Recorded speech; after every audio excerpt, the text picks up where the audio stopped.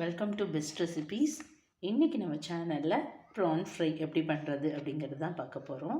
இந்த வீடியோ நமக்காக ஸ்பான்சர் பண்ணுறது பை மோட் ஷாப்பிங் ஆப். இப்போ நம்ம எப்படி பண்ணுறதுங்கிறத வீடியோவில் பார்க்கலாம்.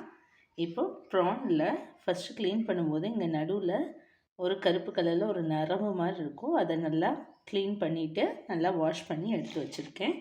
இப்போ அதை நம்ம ஒரு பவுலில் சேர்த்திக்கலாம். இப்போ நம்ம க்ளீன் பண்ண இறாலை இதில் சேர்த்துக்கலாம். இப்போ இது கூடவே தேவையான மசாலாலாம் சேர்த்துக்கலாம். ஒரு டீஸ்பூன் பெப்பர் பவுடர் சேர்த்துக்கலாம். அது கூட ஒரு டீஸ்பூன் மிளகாத்தூள் சேர்த்துக்கலாம். தனி மிளகாத்தூள் சேர்த்துக்கலாம். குழம்பு மிளகாத்தூள் இல்லை, தனி மிளகாத்தூள் சேர்த்துக்கோங்க. அது கூட ஒரு 1/4 டீஸ்பூன் மஞ்சள் தூள். அது கூட ஒரு டீஸ்பூன் மல்லித்தூள், ஒரு 1/2 டீஸ்பூன் கரம் மசாலா. ரொம்ப சேர்த்துனீங்கன்னா கசப்பாக இருக்க மாதிரி இருக்கும். நீங்கள் இதுக்கு பதிலாக கறி மசாலா தூள் கூட சேர்த்துக்கலாம். உப்பு தேவையான அளவு சேர்த்துக்கலாம்.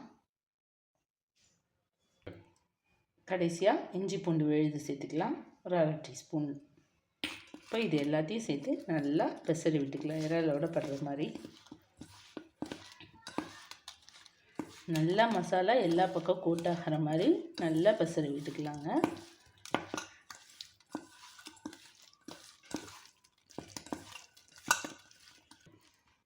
இந்த மாதிரி எல்லா பக்கம் படுற மாதிரி இறாலில் நல்லா மசாலா பெசரி வச்சாச்சு.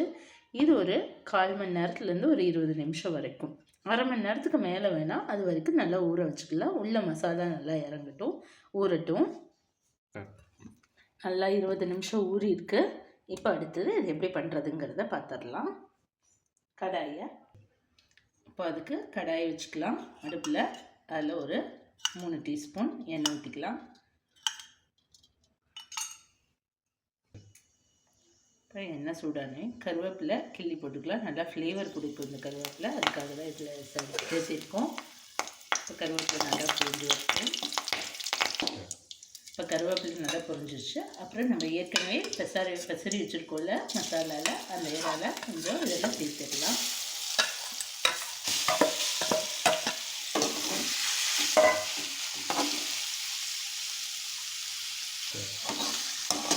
இப்போ இதை சேர்த்து நல்லா மிக்ஸ் பண்ணி விட்டுக்கலாம்.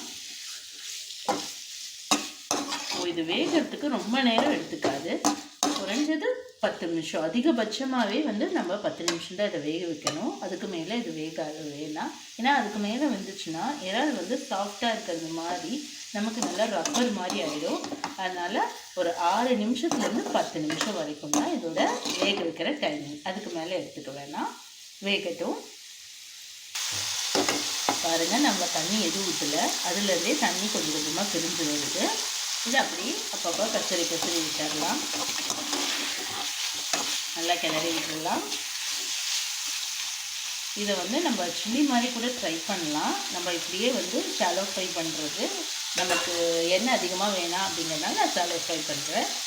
இப்போ லைட்டாக ஒரு ஸ்பூன் எண்ணெய் சுற்றி விட்டுடலாம், வேகட்டும். அவ்வளோதான், இறால் நல்லா வெந்துருச்சு. ஒரு 6 நிமிஷம்தான் ஆச்சு. பாருங்கள் எவ்வளோ சூப்பராக வெந்துருச்சு அப்படின்னு. நம்ம வேற ஒரு பாத்திரத்தில் ட்ரான்ஸ்ஃபர் பண்ணிக்கலாம். இதே மாதிரி நீங்களும் வீட்டில் ட்ரை பண்ணி பாருங்கள். சாம்பார் சாதம் அல்லது ஏதாவது மட்டன் குழம்பு அந்த மாதிரிலாம் வச்சுட்டு நம்ம சைட் டிஷ்ஷாக இதை வச்சு சாப்பிடும்போது ரொம்பவே டேஸ்டியாக இருக்கும். வேற ஒரு ரெசிபியோட மீண்டும் உங்களை சந்திக்கிறேன். தேங்க்ஸ் ஃபார் வாட்சிங்.